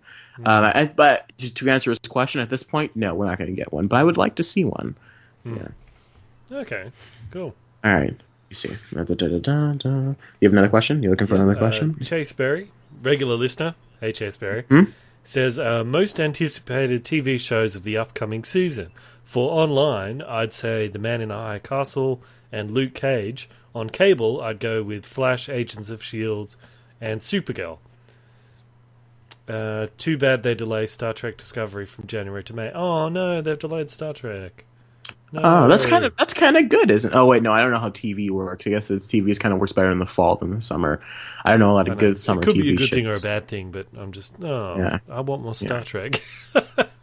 Have you got, what do you reckon? You looking forward to Luke Cage or Flash? I mean, I'm definitely looking forward to Luke Cage in the sense of that's a show that I've been looking forward to since they announced all these shows are coming back. I'm like, yes, finally, Luke Cage, finally. I've always been looking forward to him for a long time. I'm think, looking forward and to also, that too, but Luke Cage... Sorry, but in Jessica Jones, he was a little bit boring. He was a little bit dull.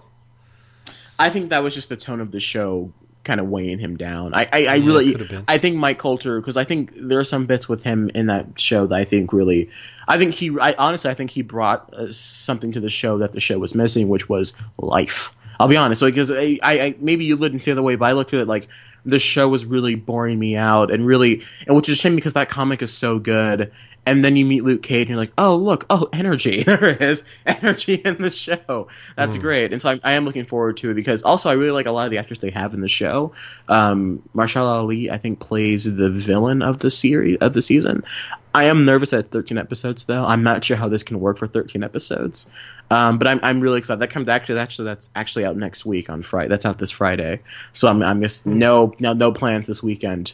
Just Luke Cage, just not Luke Cage all day. Just Luke Cage. And then other than that, I don't watch a lot of TV. So everyone's just like, Agents of S.H.I.E.L.D. it's getting better. I'm like, I'm not gonna watch Agents of S.H.I.E.L.D. Walking Dead will be back in October. I'll give that a shot, I guess. I don't really watch that on TV either, to be honest. Yeah, I mean, we all know what we're both waiting for, man. That doesn't come back till next summer, and that'll be Game of Thrones. So, yeah, yeah. Well, gotta wait a whole other year for that. Saying, of course, absolutely. That's Game of Thrones is it's a good show. Yeah, no, but that's usually the TV I'm looking forward to. Yeah, well, one of the shows he mentions is Supergirl. Is that still going? Yeah, they moved it to CB. Not CW. They moved it to CW. I think we talked about that in an episode, didn't we? We talked about the pilot episode. Yes, we did, and how it was trash. Have you watched any? Because I've never watched another episode since then. Have you? I saw one more episode at towards the end of the second half of the first season, or towards the end of the first half of the first season. And it's still trash. Not a fan. No, thank you. I'm okay. Yeah. I mean, it might be okay. It might be like Agents of S.H.I.E.L.D., but it's like there's so many comic book shows out there. It's kind of like I can afford to be picky, you know. I'm okay with watching an okay movie. I'm not okay with sitting down and watching an okay television show. Because, like I said before, you are now expecting me to spend 22 hours of my life dedicated to you, which I'm not going to do. Because if your show's not great, I'm not going to spend my time watching you. Yeah. Walking Dead. I'm just saying. I still kind of like Walking Dead now that Negan's That's there. Good for you. You know? That's good for you. I am looking forward to seeing Negan again. Yeah, I can't wait till they figure out a way to make him a bad character. I'm excited. Me too. Anyways, okay. So Jack Fitzpatrick, friend of the show, he asked, "Do you guys have any movies that you are just ashamed of disliking, or maybe movies that you're ashamed that you haven't seen yet?" Yeah. Okay. So TV shows that we're ashamed for disliking? No. Do you guys have any movies that you are kind of ashamed to say you don't like and or haven't seen? That was the question. Yeah, good question. I'm kind of ashamed for not liking Harry Potter. You should be. Just because I know what it's like when people, take a dump on stuff from your childhood, and that's been pretty much me. It's not even the childhood thing of it, because I'm the first one to go things from my childhood and crap on them, but it's like I think it's just a matter of you just don't see what I find good about these films. And I think it's because I'm always more about character than I am the world, and I don't ask a lot of questions if I'm having a nice time watching these characters interact in the actual overarching story, which is fine. But if you're more a person that likes to see the world of things and how everything's explained, then you're not going to like Harry Potter, and that doesn't surprise me. At least now looking back on it. So, but I guess I mean for a long time. I guess because I don't know how to say this. I'm not ashamed for not liking Batman v Superman, but I'm kind of mad that I don't like Batman v Superman because it must be really exciting to always have the energy to defend a movie that's really trash. Because I've seen quite a few videos trying to defend Martha, and every and every video I ended going, yeah, I know. Everyone always just kind of gives the explanation of what Martha's trying to mean, to which I say, yeah, I know what they were going for. It doesn't mean it's any less stupid. For a long time, I was ashamed. You know what? I am kind of ashamed that I still really enjoy The Dark Knight Rises. I don't care what anyone says. I still really dig that movie. That's like my Return of the Jedi. So much wrong with that movie. Yeah. So also, I just rewatched that today. Revenge of the Sith is not bad. It's not terrible movie. I just rewatched it today. Revenge of the Sith is not awful. I quite enjoyed it actually. On a second on a new viewing. But those are some films that I've seen that actually no. My ultimate guilty pleasure is Mike Myers' The Cat in the Hat from like 12 years ago. I don't know if you've seen that movie, Bandit. The Cat in the Hat, the Dr. Seuss story, the Mike Myers live action one. I saw that movie when I was 3. I've seen Nostalgia Critics' review of it. But... And I still love that movie. I haven't seen it in like 5 years, but I'm sure if I went back and watched it, I'd find enjoyment out of it. Dirty Ho. I don't know why that still gets me. You should be ashamed for liking that. Hey, someone here doesn't like Harry Potter. That's all I'm saying. I know our listeners are going to be waiting for me to say Terminator Genesis, but I have no shame in liking You should. No shame. You should feel awful No apologies. for liking that movie. You should find a bridge. No, I'm kidding. It's like, I like Terminator Genesis. Yeah. That'll be written on my tombstone. I still like it. Hashtag no regrets. I think that's all the questions we have. I'm gonna keep looking through and see. There's one other. It's another comic book one. There's a lot of comic book ones in here. What Marvel characters? Denzel Washington episode. Sorry, I'm listening. Yeah, go ahead. What Marvel characters would you like to see get a Netflix series? We can't talk about this. I really wanted a Spider-Man Netflix series for a long time. Yeah, that'd be really great. Because like I said last week, sorry, go on. I'll keep interrupting. No, it's like Spider-Man's a street level hero, so I would have liked to have seen him on the Netflix team. But yeah, what were we gonna say? Yeah, I kind of feel like they're giving us all the stuff we want. Like I really want to see Defenders. You know, I want to see Daredevil and Jessica Jones and Luke Cage and Punisher and all them teaming up, and we will. I know it's heading towards that, and I'm really looking forward to it. Moon Knight. I kind of want to see Moon Knight. That'd be kind of fun. Yeah. But you might and I'll say this before. I'll say this before, and I'll say it again. My ultimate nerd dream is to see Wolverine fight the Hulk. I've been wanting to see that for a long time. I know that's something to do with the Netflix series, but like I just wanted to keep throwing that out there. If anyone can make that happen, please. I just want a bit where like the Hulk's like screaming, like he's going, like he's like roaring in the sky, and then you just see like Wolverine's claws go down, and it's Hugh Jackman just like, and those just have a full on fight, like. A bloodier version of what happened when Thor fought the Hulk. It's like just something like that. I don't know why. I just feel like throwing that out there. That's my ultimate nerd dream. There's an animated one, which is pretty brutal. There is. It is. But give me that one with Hugh Jackman. That's all I'm asking for. Something like that. But you need Hugh Jackman. Yeah. Oh, man. No, that'd be good. Yeah. Yeah, Wolverine 5. I've been wanting nothing that was like 5, man. I seem to remember on the Weekly Planet they were talking about this, that since they can't get the rights, but they're doing sort of a version of it. Like, I can't remember. Can you remember this? Old Man Logan? Yeah, I think it's either they're making another character that is essentially going to be a substitute for the Hulk so they can do the fight, or maybe it's in the Fox version, or maybe Marvel is creating a substitute Wolverine. I was gonna say, why doesn't Marvel just make Old Man Logan without Wolverine? Like, I feel like, honestly, I'm down for a Captain America movie where that's essentially Old Man Logan, but like Captain America. Just give me I'm completely okay with that, because I'd much rather have, a Captain America, blind Hawkeye road trip movie, as opposed to Wolverine having to fight Juggernaut instead of the Hulk, or Wolverine having instead of they have Dr. Doom, but instead of like Red Skull, it's like, I don't know, not Thanos, what's his name? Bloody random X-Men villain number 5, you know what I'm saying? I'd much rather see a Marvel Cinematic Universe version of that film than like something like a Civil War. Captain America Civil War, I think, works a lot better because the Marvel has the rights to those characters, and they made it work, and it was great. But that's my random spiel for that. It would be cool if they had we've got Marvel Netflix series for like heroes and anti-heroes. It would be great if we could have one of like just a straight up villain. Kilgrave. Ah, man. Yeah, like a Kilgrave, man. Yeah. prequel kind of thing where he's just going around doing stuff. That'd be cool. Well, the problem that runs with always having the villain as the lead of your movie or your show, whatever, is that you run the risk of turning them into a likable, not necessarily likable character. You run the risk of having them turn into a hero in a sense, like your Maleficent, or I think that's why a movie like Training Day works, is because we love Denzel Washington and we're following Denzel Washington, but we're following him through the surrogate of Jake, played by Ethan Hawke.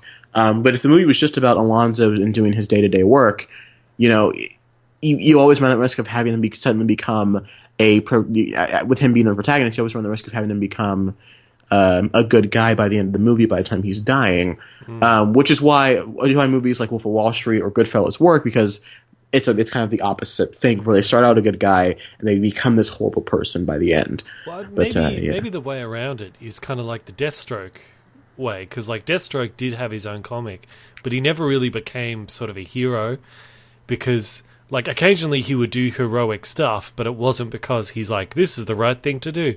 It's just because he had a certain code and he just stuck to that code. He didn't really care whether it was the right thing or the wrong thing.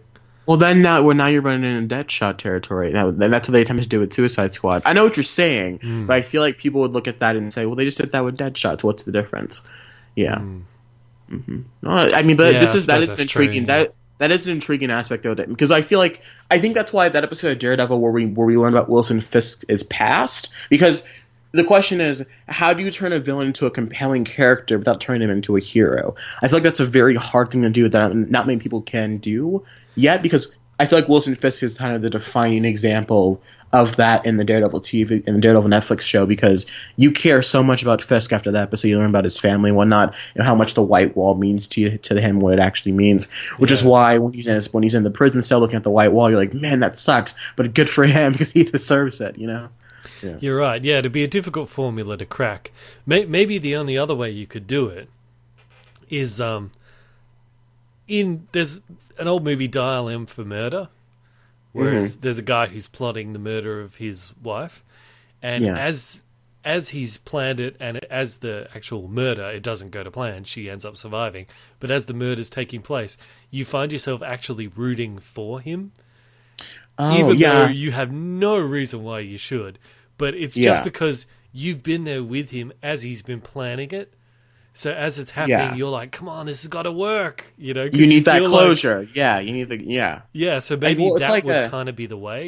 I guess the prime example of following horrible people and just watching horrible people do horrible things is Gone Girl. I rewatched that recently as well, and maybe that's like your villain movie, because even though Nick Dunn isn't as psychotic as his "See You Next Tuesday" of a wife, that's a great scene, by the way, when she gives him the pregnancy test. Oh, I love that scene so much. No, but like it's more of a you're following this guy who's a cheater, but then but he only cheated because his wife's such a bad person, but then he still cheated. It's like you're following people you don't know who exactly you should be rooting for up until like the last 5 minutes of the movie.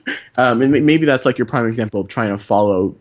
You're essentially following two villains of a story who absolutely need each other in order to survive. Yeah, that's such a crazy and twisted and just messed up movie. The more and more you think about it, man, Fincher really messes with you. Anyways, okay. I think that's all the questions we have here. Yeah, so so that's my answer. What's Marvel characters would you like to see get their own Netflix series? Kilgrave. I'd like to see him get it. Yeah, let's get Kilgrave. I'm down. Yeah, I'm down for a Kilgrave show. Remember how we had that idea of what if they let Kilgrave live, and then you lock up Kingpin and him next to each other? Such a shame they killed him. Why did they have to kill him? They can bring him back. Bring him back. It's Marvel. They can bring him back. Come on, they man. Can repair a broken neck. Yeah. Yeah. Bro, how many times have they killed off Nick Fury? They could do an Agent of S.H.I.E.L.D. thing. Just poke his brain, he comes back. Get some Kree formula, stick that in him, bam, neck fixed. There. It'd be you cool, could probably though. do that, because if he's basically a living weapon, so the military, they'd be like, let's try to revive him so we can get that power. You know, so yeah, that's possible. Or like you can have a thing of like even if he does come back, like his neck can be all like mangled, or maybe the thing they give him to bring him back actually turns him purple. It's like you could do certain things and be like, oh no, there's just an origin story with a purple man. But yeah, man, have you read the Alias comic book that Jessica Jones is based on, like the actual story? No. It's very, very good. It's far better than a TV show. I think you should read that, and you'd really appreciate why I think the show is trashier than people give it credit for. It's like, it's so good 'cause it's not an actual Marvel movie. I'm like, what does that even mean? But whatever. I hate that so much. I'm like, I liked it because it's not a Marvel thing. I'm like, then why are you watching a Marvel property? I don't understand. God, isn't it weird though that the villains in the Marvel movies suck, but the villains in the Netflix Marvel shows are really great? Maybe it's because they give the villains time to develop. You know what I'm saying? To be fair, they're not just Ultron. some guy who's like, everything you've built will fall. I do legitimately love Ultron as a villain. Every time I watch Age of Ultron, I think James Spader just like, yeah, I think because people give the complaint that, you know, he turns evil for no reason, but when you think about it, when he's all of them do. Well, no.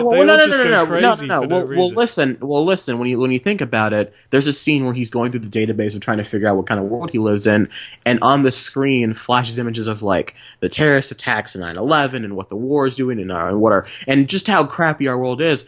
I think that would turn him evil. I think because robots don't work the same. Robots work far quicker than humans would. So he would immediately come to that conclusion of, oh, these humans are bad. They need to go. They gotta go. And his personality obviously does come from the fact that he was created by Tony Stark. So obviously he would take up after Tony Stark. Plus he's evil because he has it's a Chitarian technology in a certain sense. So yeah, but I do legitimately love Ultron as a villain. I think every time Ultron's on screen in that movie, it's very, very good. But that's just my opinion. Yeah. I can't speak for the third act though. That third act is a bit of a mess, a little clunky. But I do still really enjoy it. I've been rewatching Civil War a few times. And I really like Vision. Vision's great. Could we get a Vision movie? That'd be really good. Yes, but the door was open, so I figured I could. It's all right. I love him. I love a movie of him and Scarlet Witch. You know, where they're They had a comic series, they're just sort of having their life together at the same time. That'd be cool. Yeah, I'm down for Vision Wanda romance movie. There you go. A pizza. I love Vision. He's great. Speaking of Civil War, how impactful was that bit where he's like, "You don't deserve that shield. My father made that shield," and the Cap like throws the shield in the ground. Yeah. Every time that scene happens, I just get ICU Cheryl and me go, just like you'll get that knot in my throat. That final fight is so powerful. Yeah. Oh man. So good. Yeah, it's a great movie. Friend of the show, Couch Tomato. His channel is always like comparing movies, and he compares like Batman v Superman and Civil War, and they are exactly the same. But it's really a testament to like, it's not so much the story, it's the execution. Yeah, because they are essentially exactly the same story, but Civil War just did it so much better. And difference being, with Civil War, the fight is started because of a parent, not ended. You know what I mean? Like, yeah, it's and so it feels less cheesy and stupid and ridiculous because it's funny how that one line can justify Tony Stark. He's like, I don't care. He killed my mom, and then just starts going at it. You're just like, man. But the best part about the fight is that Tony Stark still had like his quirks and his personality, despite that he's trying to kill Winter Soldier. Like when he's just like, let's kick his ass. I love that line of like we're like matching the fight patterns, and like he's still that I don't know. He's speaking of a Civil War podcast, but Civil War is a really, really good movie, and that bit, the airport bit is. Oh my god! There's so many great bits in that airport bit. Oh my god! Like, oh man, I thought that was a water truck.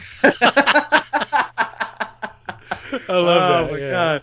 Don't have anyone else have any shocking and incredible powers? They're just not gonna. We're holding back for a second, and then but I can't get over. You've been in a fight before, but there's usually not this much talking. All right, sorry, my bad, man. And then like he catches the car and is like, "Hey, bud, I think you lost this," and chucks it back at Winter Soldier. Yeah. You have a metal arm? That's awesome, dude. It's like, and no one's been able to stop the metal arm, and then suddenly Spider-Man just catches it and grabs like, douche. Oh, you have a metal arm? That's awesome. I love. And then like speaking of, like, I don't know, I always get so excited when like War Machine's flying and you see like Spider-Man behind him. It's like, oh, that's so cool. Oh man, they're not stopping. That airport bit is great. Anyways, Yeah. I think it's good time to end the show. Special thanks to the logo for this week. Oh yes. Sorry, mate. Again, this is another one of those anonymous ones where people didn't tell me what name to say. So, It's fine. so Anon, thank you Yeah. again. Thank you for dude, this. He sent us quite a few photoshopped ones. He sent us the Magic Mike one where we're all the Magic Mike. He sent us the one where we're all Mean Girls. I love that one. Yeah. It's a really good Photoshop work. I picked this one because it's kind of Western theme sort of thing. Yeah. And I was like, when are we ever going to, get to show sort of this? So here we are. Yeah. I do love that one. All right. Well, then thank you to Anonymous for posting those pictures. That being said... And thanks for making Trilbee the girl. Yes! Oh, I think... Am I Doc Brown or are you Doc Brown? I think I'm Marty, yeah? I think so, yeah. Yeah. We gotta go back. Thank you so much, mate, for that. 1885. Man, Back to the Future 2 is so good. I'm not a big fan of 3, but 2 is so good. We should do those movies sometime, shouldn't we? Yeah, we'll do them eventually. I think we talked about 2 last year for the because that last year was the day that they came back. They came to the future and was live. It was Back to the Future Day. I think it was October 21st, right. 2015. So we talked about the second movie. 2 is really good. Yeah, we'll do them all eventually sometime soon. Once Robert Zemeckis has a movie coming out soon, so maybe we'll do some of Robert Zemeckis' films. So yeah, I'm down for that. You know what else we should do? The week before Doctor Strange, we should review Civil War. Since we all love that movie so much. Oh, maybe we should do that. Or... Didn't we do a Civil War episode that I just happened to not be in? Did we? I can't remember. We did. You did. Oh, we reviewed it when it came out. Oh. We did it with Couch Tomato. You know what we can do? Commentary. Oh, that's right. Commentary. Yeah, I'm down for commentary. We can do commentary. We've been wanting to do commentaries for a while now. Oh, that's right. We already organised. We're going to do Benedict Cumberbatch episode before Doctor Strange. Yeah. Yes, the Batch of Cumber. The Batch of Cumber. What does Philly call him? Benedict Brainball Smash? Yeah, but I think, what's his face? Robert Zemeckis has this movie coming out called Allied with Brad Pitt and Marion Cotillard. So we can do some Robert Zemeckis movies whenever that comes out around that time. This is going to be talking about after the show anyways. But I think with that being said, thank you all for watching. I forgot what I was going to say. Oh, yeah. Good episode talking movie news, Magnificent 7, all that good stuff. Bandit, where can people find you? People can find me YouTube, Facebook, Twitter as Bandit Incorporated. And they can find you... They can find me on the YouTubes and on YouTube, Twitter, and Instagram, all at Podcast Media. Rate us on iTunes. Thank you for keeping us going. I'm almost at 700 subscribers on YouTube. I'm at like 697. I'm very happy. Sweet. Yeah. See you next week when we talk whatever it is we're talking about, and catch you all later. Our movie maniacs.